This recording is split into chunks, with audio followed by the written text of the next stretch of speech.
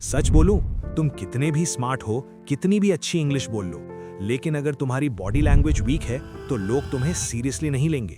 और सबसे डेंजरस बात यह है कि ज्यादातर लड़कों को पता भी नहीं चलता कि वो इग्नोर हो रहे हैं। तुम रूम में एंटर करते हो और लोग पहले ही डिसाइड कर चुके होते हैं कि ये बंदा लीडर है या बस क्राउड का पार्ट। आज के वीडियो के बाद तुम्हारी बॉडी लैंग्वेज कभी सेम नहीं रहेगी, क्योंकि आज तुम सीखोगे वो चीज जो बिना बोले रिस्पेक्ट दिलाती है।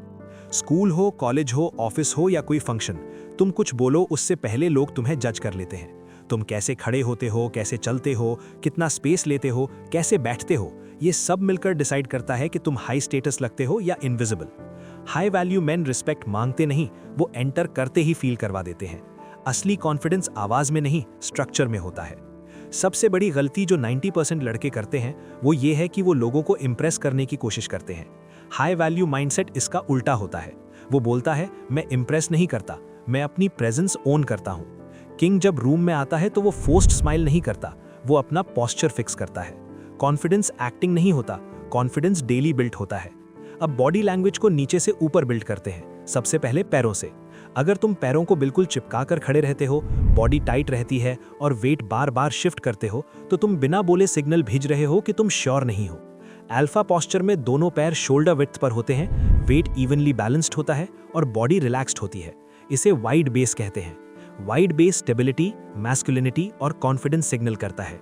याद रखना, जो आदमी स्पेस लेने से डरता है, दुनिया उसे स्पेस नहीं देती। अब बात करते हैं एक पावरफुल पोस्चर की, जिसे आर्म्स अकिम्बो कहते हैं। हैंड्स वेस्ट पर, एल्बोज बाहर, चेस्ट ओपन। तुमने ये पोस्चर लीडर्स और पावरफुल लोगों में देखा होगा, लेकिन यहाँ एक वार्निंग है, गलत जगह यूज कर दिया तो एरोगेंट लगोगे। सही तरीका ये है कि शोल्डर्स पीछे हो, हैंड्स बिल्कुल वेस्ट पर हो, एल्बोज बाहर पुश हो, फिंगर्स सामने और थम्स पीछे। ये पोस्चर सीधा बोलता है कि मैं कंट्रोल में हूँ। इसे वहीं यूज करो जहां तुम्हें अथॉरिटी या लीडरशिप दिखानी हो। लेकिन सिर्फ डोमिनेंट दिखना काफी नहीं होता, अट्रैक्टिव भी दिखना पड़ता है। इसीलिए सेलिब्रिटीज बिल्कुल स्ट्रेट खड़े नहीं होते, वो एंगल्ड खड़े होते हैं। एक पैर थोड़ा आगे, बॉडी हल्की एंगल में, शोल्डर्स रिलैक्स्ड, हैंड्स या तो रिलैक्स्ड साइड में या एक हाथ पॉकेट में, लेकिन थंब बाहर। इस पोस्चर का मैसेज होता है कि मैं रिलैक्स्ड हूं लेकिन वीक नहीं। अब चलने के तरीके की बात करते हैं, क्योंकि तुम्हारी वॉक तुम्हारी पर्सनैलिटी का ट्रेलर होती है। कॉमन गलती जो ज्यादातर लड़के करते हैं वो है शोल्डर्स को फ्रीज कर लेना, सिर नीचे रखना और हैंड्स पॉकेट में डालकर चलना। ये वॉक साफ सिग्नल देती है कि तुम नर्वस हो। अल्फा वॉक में सिर ऊपर होता है, नजर सीधी होती है, शोल्डर्स नेचुरली स्विंग करते हैं और हाथ फ्रीली मूव करते हैं। याद रखो, मर्द का कॉन्फिडेंस शोल्डर्स में दिखता है। और एक बात और, स्लो वॉक मतलब कंट्रोल, जल्दी चलना अक्सर इनसिक्योरिटी दिखाता है। बहुत से लोग खड़े होकर कॉन्फिडेंट लगते हैं, लेकिन बैठते ही सारा गेम खराब कर देते हैं। बॉस की तरह बैठने के लिए बैक स्ट्रेट रखो, शोल्डर्स रिलैक्स्ड रखो और स्पेस लो। सबसे सॉलिड सिटिंग पोजीशन होती है जब दोनों पैर ग्राउंड पर शोल्डर विड्थ पर हो, नीज ओपन हो और हैंड्स आर्म रेस्ट या थाइस पर हो। क्रॉस लेग तभी करो जब एनवायरनमेंट फॉर्मल हो और पोस्चर स्ट्रांग हो। क्लोज्ड बॉडी लैंग्वेज मतलब क्लोज्ड परसेप्शन। अब बात करते हैं कम्युनिकेशन की सबसे पावरफुल चीज की, हैंड मूवमेंट्स की।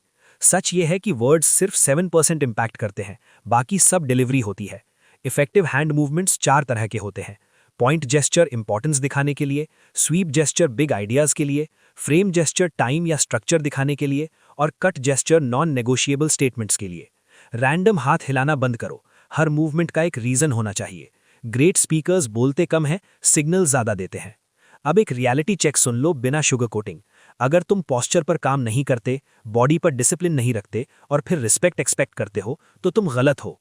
कॉन्फिडेंस मोटिवेशन से नहीं बनता, डेली करेक्शन से बनता है। रोज खुद को ठीक करना पड़ता है। तो आज से एक बात याद रखना, स्लो चलो, कम बोलो और ज्यादा स्पेस ओन करो। लोग तुम्हारे बारे में क्या सोचते हैं ये तुम कंट्रोल नहीं कर सकते, लेकिन लोग तुम्हें कैसे फील करते हैं ये तुम्हारी बॉडी लैंग्वेज डिसाइड करती है। प्रैक्टिस शुरू करो, क्योंकि बैकग्राउंड कैरेक्टर बनने का नहीं, मेन कैरेक्टर बनने का वक्त है।